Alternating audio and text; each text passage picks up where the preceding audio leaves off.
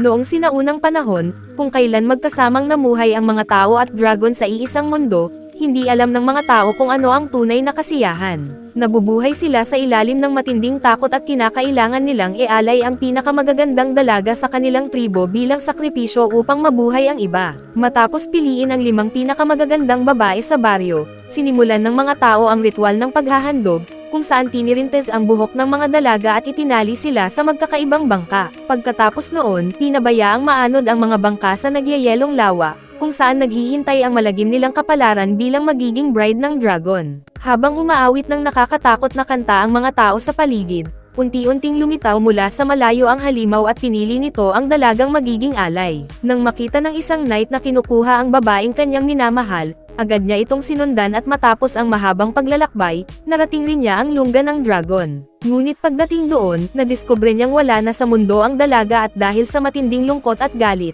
agad niyang sinugod ang halimaw at sinaksak sa leeg gamit ang kanyang sibat. Sa araw na iyon, napalaya niya ang kanyang mga kababayan mula sa takot at mula noon, nakilala siya bilang Dragon Slayer. Makalipas ang maraming dekada, tuluyan nang nakalimutan ang lahat ng trahedyang dulot ng halimaw at ang nakakatakot na ritual ay naging isa na lamang wedding tradition. Nang dumating ang araw kung kailan pakakasalan ni Igor, ang apo ng Dragon Slayer, ang bunsong anak na babae ng duke, nagdiwang ang buong syudad dahil ito ang pinaka-inaabangang kasal sa loob ng maraming taon. Sa tulong ng kanyang ate, naghahanda si Miroslava, na mas kilala bilang Mira, upang makilala ang kanyang mapapangasawa, ngunit wala siyang kahit anong excitement para sa kasal.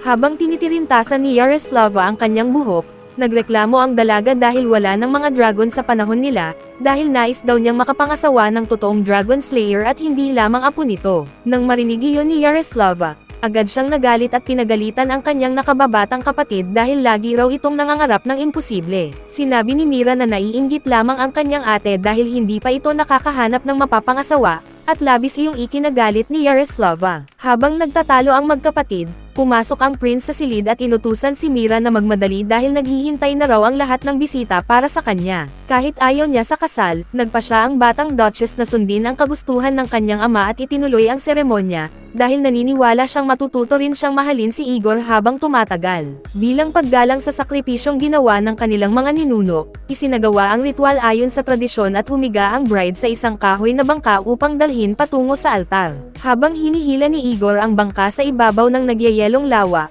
inaawit ng mga bisita ang kantang ginawa ng kanilang mga ninuno bilang pagbigay-pugay sa Dragon Slayer, ngunit bigla na lamang may hindi inaasahang nangyari. Sa sandaling iyon, isang dragon ang lumitaw mula sa malayo at agad nitong dinukot si Mira. Bigla na lamang sumulpat ang halimaw at tinangkang tangayin ang bride. Ngunit napigilan ito ni Igor gamit ang lubid upang hilahin pababa ang bangka. Ngunit bago pa makalapag sa lupa ang Duchess, muli siyang nasunggaban ng halimaw at dinala sa lungga nito. Pagdating sa madumi at napakadilim na lugar, naalala ni Mira ang nakakatakot na karanasang pinagdaanan niya habang nasa biyahe at doon niya napansing nasugatan pala siya ng matutulis na kuko ng dragon. Sa pagtatangkang makatakas, nagsimulang akyatin ng dalaga ang mga pader, ngunit, hindi nagtagal ay napansin niyang may isang maliit na mabangis na hayop na nagmamasid sa kanya at pilit siyang tinatakot. Dahil sa takot, agad na dumampot si Mira ng bato upang ipagtanggol ang sarili, ngunit bigla siyang nakarinig ng boses ng isang lalaki na nagsasabing ibaba niya ang bato. Kung hindi, lalo lamang daw magagalit si Otets.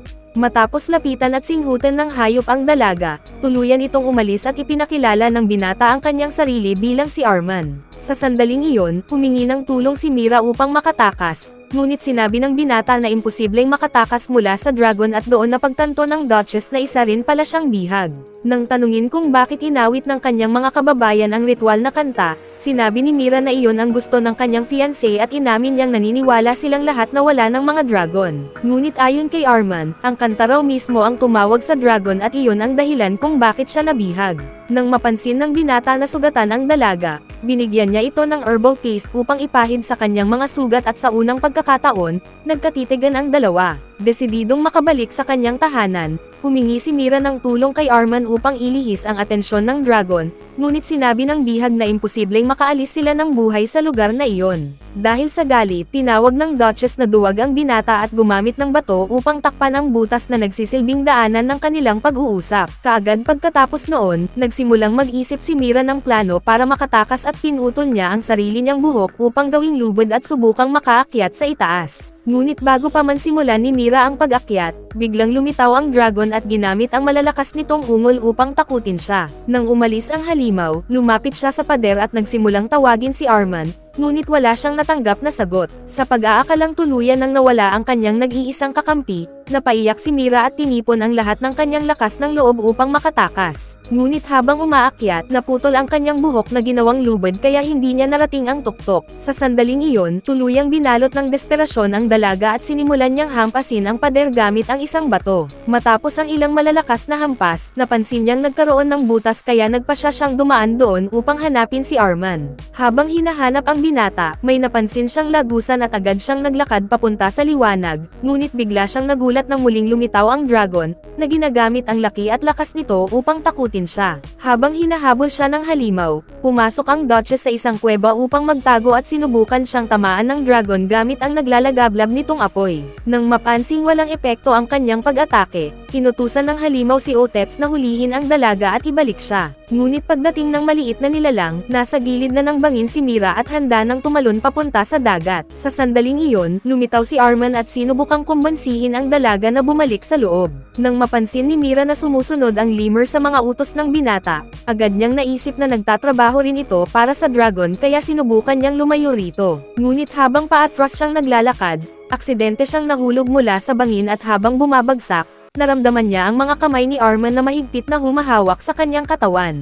Biglang nagliyab ang balat ng binata at tila mahika itong nagbago bilang isang napakalaking dragon. Nang mapagtanto nitong wala ng sapat na oras upang lumipad, ginamit ng halimaw ang sarili nitong katawan upang protektahan ang dalaga habang bumabagsak sila. Dahil sa sakripisyong iyon, ligtas na. Nakalapag si Mira ng walang sugat, ngunit malubhang nasaktan si Arman.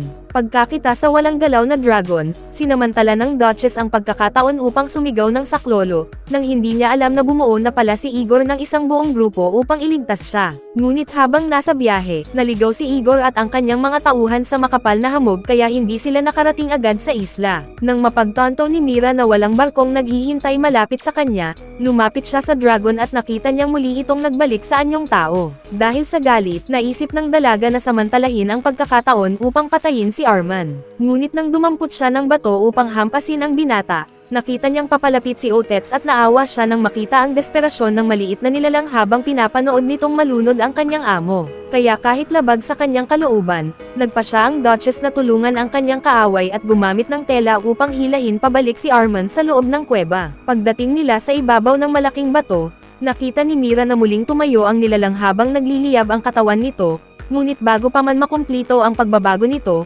muli itong bumagsak. Matapos masigurong wala ng panganib sa buhay ni Arman, bumalik si Mira sa tabing dagat at sumakay sa isang lumang wasak na bangka upang subukang tumawid sa karagatan. Ngunit bago pa siya makaalis sa isla, may napansin siyang napakalakas na bagyong papalapit kaya nagpa siya siyang ipagpaliban muna ang kanyang pag-alis. Pagbalik nila sa kanilang masisilungan, gumamit si Mira ng mga piraso ng tela upang gumawa ng pansamantalang silungan laban sa ulan habang ginagamot niya ang mga sugat sa likod ni Arman. Sa pagtatangkang painitin ang sarili gamit ang init ng katawan ng dragon, humiga ang dalaga ng nakatalikod rito at kinabukasan ay nagising siya katabi ng isang campfire. Matapos kainin ang mga prutas na iniwan ni Arman para sa kanya, hinanap siya ni Mira at muling sinubukang kumbonsihin ang binata na ihatid siya pauwi, ngunit sinabi nitong hindi niya iyon kayang gawin. Ikinwento ng binata na noon ay dinala rin siya sa islang iyon upang manirahan kasama ang kanyang ama, na isa ring dragon tulad niya. Kahit namumuhay silang malayo sa ibang tao, masaya si Arman dahil labis niyang hinahangaan ang kanyang ama at pangarap niyang maging katulad ito. Ngunit isang araw, may dumaong na bangka sa isla at sobrang excited ang binata na magkaroon ng mga bagong kaibigan mula sa mga taong naroon. Ngunit imbes na pagkakaibigan ang kanyang nakita, nasaksihan niya kung paano pinatay ang kanyang ama at sa araw ding iyon, nagsimulang magliyab sa kanyang puso ang matinding hangarin para sa paghihiganti. Nang maranasan niya ang kanyang unang transformation, biglang napuno ang isip ni Arman ng mga alaala mula sa lahat ng kanyang mga ninuno at nakita niya ang lahat ng mga dalagang pinatay sa ilalim ng malupit na ritual. Sa sandaling iyon, napagtanto niyang isa palang tunay na halimaw ang kanyang ama at doon siya nagdesisyong hinding-hindi niya susundan ang yapot nito. Sa loob ng maraming dekada, pilit nilabanan ni Arman ang sarili niyang instincts upang makontrol ang dragon sa kanyang katawan at naging matagumpay siya rito hanggang sa araw ng kasal ni Mira. Nang marinig niya ang ritual na kanta na malakas na inaawit, tuluyan siyang nawalan ng kontrol at nang magkamalay siya muli, saka lamang niya napagtantong nabihag na pala niya ang isang batang bride. Matapos ikwento ang lahat, inamin ni Arman na ang dahilan kung bakit hindi niya may hahatid pauwi si Mira ay dahil hindi niya kayang kontrolin ang dragon. Pagkatapos noon, sinabi niya sa dalaga na maghintay lamang dahil darating din ang Dragon Slayer upang iligtas siya at hindi niya ito pipigilan. Ang problema, ang isla pala na iyon ay nabuo mula sa mga buto ng sinaunang dragon kaya ang mga mandaragat na papalapit dito ay wala ng ibang nakikita kundi makapal na hamog. Ayon sa alamat, makakarating lamang ang isang manlalakbay sa isla kung may pusong ng isang babaeng nagmamahal na naghihintay para sa kanya roon. Ibig sabihin, matatagpuan lamang ni Igor ang daan kung pareho ang nararamdaman ni Mira para sa kanya. Habang hinihintay ang pagdating ng kanyang fiancé, inalok ni Mira na tulungan si Arman na gumaling dahil nasugatan ito habang sinusubukan siyang iligtas. Matapos bigyan si Mira ng bagong silid kung saan maaari siyang magtago sakaling bumalik ang dragon, nag-alok din si Arman na tulungan siyang gawing totoong tahanan ang bakanteng lugar at nagsimula siyang maghanap sa paligid ng isla ng mga ball na puno ng mga gamit ng tao. Sa mga sumunod na araw, ginawa ni Arman ang lahat upang maging maayos at komportable ang pananatili ni Mira sa mapanganib na lugar na iyon, habang si Mira naman ang nagpakita sa binata ng tunay na ganda ng buhay. Matapos ang isang romantikong paglalakad sa dalampasigan, kung saan nakita nila ang magagandang talulot ng bulaklak na sumasabay sa hangin, bumalik ang dalaga sa kanyang silid at nadatnan si Otets na kinakalkal ang kanyang bag. Kahit masaya na siya sa bago niyang buhay, alam ni Mira na wala siyang kasiguraduhan kung makokontrol ba talaga ni Arman ang dragon habang buhay, kaya naghanda siya ng bag na puno ng mga gamit sakaling kailanganin niyang tumakas anumang oras. Pagsapit ng gabi, inanyayahan niya si Arman sa kanyang tent at matagal silang nag-usap. Habang nakatingin sa paligid, napansin ng binata na ngayon lamang naging komportable at parang totoong tahanan ang lugar na iyon at sinabi niyang si Mira ang dahilan ng pagbabagong iyon. Bilang pasasalamat, sinabi ni Arman na may regalo siya para sa dalaga at dinala niya ito sa tuktok ng bundok upang magpalipad ng fireworks. Nang makita ni Mira ang makukulay na pagsabog na nagpapaliwanag sa kalangitan, labis siyang natuwa at mas lalo niyang naramdaman ang pagiging malapit niya sa batang dragon. Kinagabihan, habang natutulog ang Duchess, naramdaman niyang may munting apoy na dumampi sa kanyang mukha kaya bigla siyang nagising at hinanap si Arman. Habang naghahanap, muli niyang nakita ang halimaw, ngunit hindi tulad ng mga nakaraang pagkakataon, hindi siya sinubukang saktan nito. Sa halip, hinayaan siyang makalapit ng dragon, ngunit makalipas lamang ang ilang segundo ay muli itong nawalan ng kontrol at naipit si Mira sa isang sulok. Sa kabutihang palad, bigla na lamang napagtanto ng dalaga na panaginip lamang pala ang lahat at pagdilat niya ng mga mata, nakita niya si Arman. Sinabi ng binata na narinig niya ang sigaw ni Mira kaya agad siyang tumakbo upang tingnan kung ayos lamang ito. Sa sandaling iyon, ikinwento ni Mira ang bangungot niya tungkol sa dragon at inamin niyang natatakot siyang baka saktan siya nito. Nang marinig iyon, nangako si Arman na hinding-hindi niya hahayaang saktan ng dragon si Mira at sinabi niyang dahil sa dalaga, pakiramdam niya ay isa na siyang bagong tao. Pagbalik ni Arman sa kanyang silid, narinig ni Mira ang pagtugtog nito sa instrumentong ibinigay niya bilang regalo at doon niya napagtanto na unti-unti na siyang nahuhulog ang loob dito. Kinabukasan, matapos maligaw sa talon, naghanda ang dalaga at pumili ng magandang pulang damit upang mapansin ng kanyang minamahal.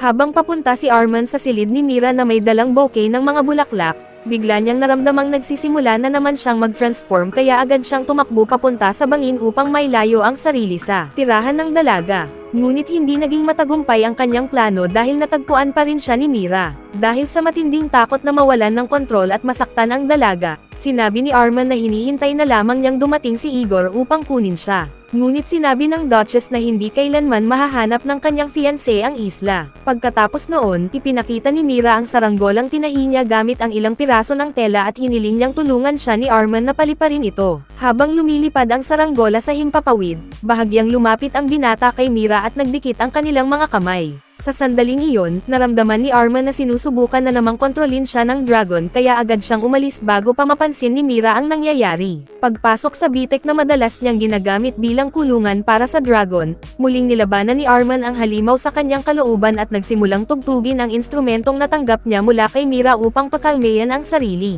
Nang tuluyan niyang makontrol ang sarili, hinintay niya ang pagdating ng dalaga at nagdesisyong sabihin dito kung paano nalilikha ang isang dragon. Ayon kay Arman, ang dahilan kung bakit walang mga butong nakakalat sa isla kahit napakaraming babae na ang namatay doon ay dahil sinusunog ng apoy ng halimaw ang lahat ng kanilang mga buto hanggang maging abo, at mula rito ay isinisilang ang isang baby dragon.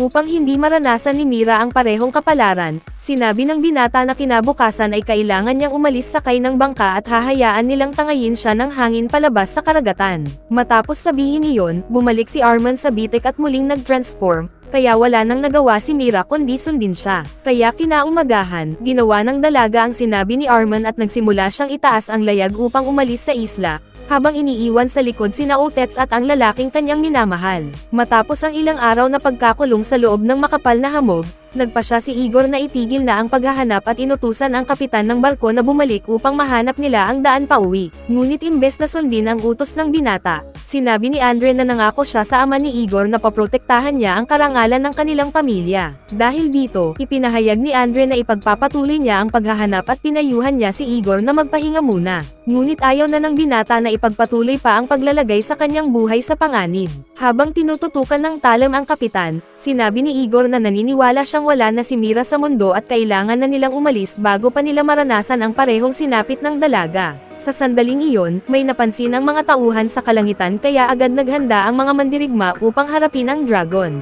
Ngunit ikinagulat ng lahat nang biglang lumitaw mula sa hamog ang barko ni Mira at matagumpay na nailigtas ang Duchess. Matapos siyang may sakay sa barko, nais sana ni Andre na pumunta sa isla upang patayin ang dragon, ngunit sinabi ni Mira na wala na ang halimaw at hiniling niya sa kanyang fiancé na iuwi na lamang siya. Kahit labag sa kanyang loob, nagpasya ang kapitan na sundin ang utos ni Igor at inikat ang barko upang bumalik sa karagatan at tahakin ang daan pauwi sa kanilang syudad. Pagkaraan ng ilang araw matapos makabalik sa kanilang tahanan, nagtakda si Mira ng bagong petsa para sa kanyang kasal at sa pangalawang pagkakataon, tinulungan siyang maghanda ni Yaroslava para sa seremonya. Samantala, nanatiling mag-isa si Arman sa islang iyon kasama ang kanyang mga alaala at ang masasayang panahong naging pinakamaganda sa buong buhay niya. Kahit puno ng lungkot at pangungulila ang kanyang puso, tunay niyang hinihiling ang kaligayahan ni Mira sa piling ng ibang lalaki. Bago ibigay ng duke ang kamay ng kanyang anak sa apo ng dakilang Dragon Slayer, kinausap muna niya si Mira. Sinabi ng prinsipe na hindi na niya kailangang magpakasal dahil lamang sa obligasyon. Pinayuhan niya ang kanyang anak na piliin ang lalaking tunay niyang mahal dahil nais niyang mabuhay ito ng masaya at walang pagsisisi. Muling nahiga si Mira sa isang kahoy na bangka habang nakasuot ng puting kasuotan at dinala siya sa ilog kung saan hinila ng kanyang fiancé ang bangka. Ngunit habang hinila ni Igor ang lubad, tumayo si Mira at pinatigil ang seremonya. Sinabi niyang hindi niya kayang pakasalan si Igor dahil hindi niya ito tunay na mahal. Matapos aminin sa lahat na umiibig siya sa dragon, sinimulan ni Mira na awitin ang kanta ng kanilang mga ninuno. At narinig iyon ni Arman, na kararating lamang sa gilid ng bangin upang wakasan ang kanyang buhay. Ayaw na kasi niyang mabuhay kung hindi rin lamang niya makakasama ang babaeng kanyang minamahal. Pagkatapos awitin ni Mira ang lumang kanta, naghintay siyang dumating ang dragon, ngunit walang lumitaw upang sunduin siya. Habang walang makagalaw at hindi alam ng lahat ang gagawin, inutusan ni Igor ang kanyang mga tauhan na hilahin palabas ng lawa ang bride. Ngunit bago pa nila ito marating, biglang lumitaw ang dragon.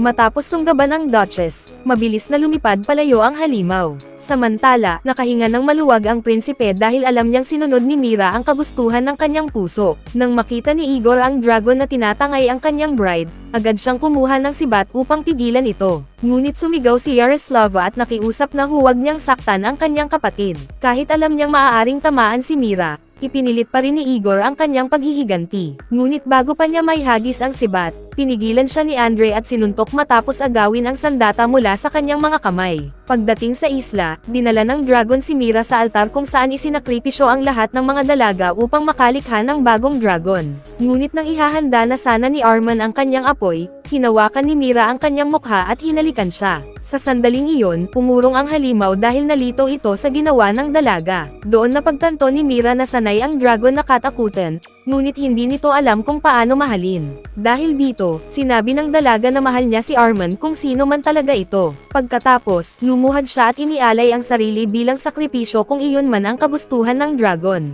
Pagkarinig nito, tuluyang kumalma ang galit ng halimaw at marahang ipinatong nito ang ulo kay Mira. Mula noon, hindi na muling naghiwalay ang dalawa, at nang lumipas ang panahon, nagkaroon sila ng isang anak na babae na palaging kinukwentuhan ni Arman tungkol sa mga dragon.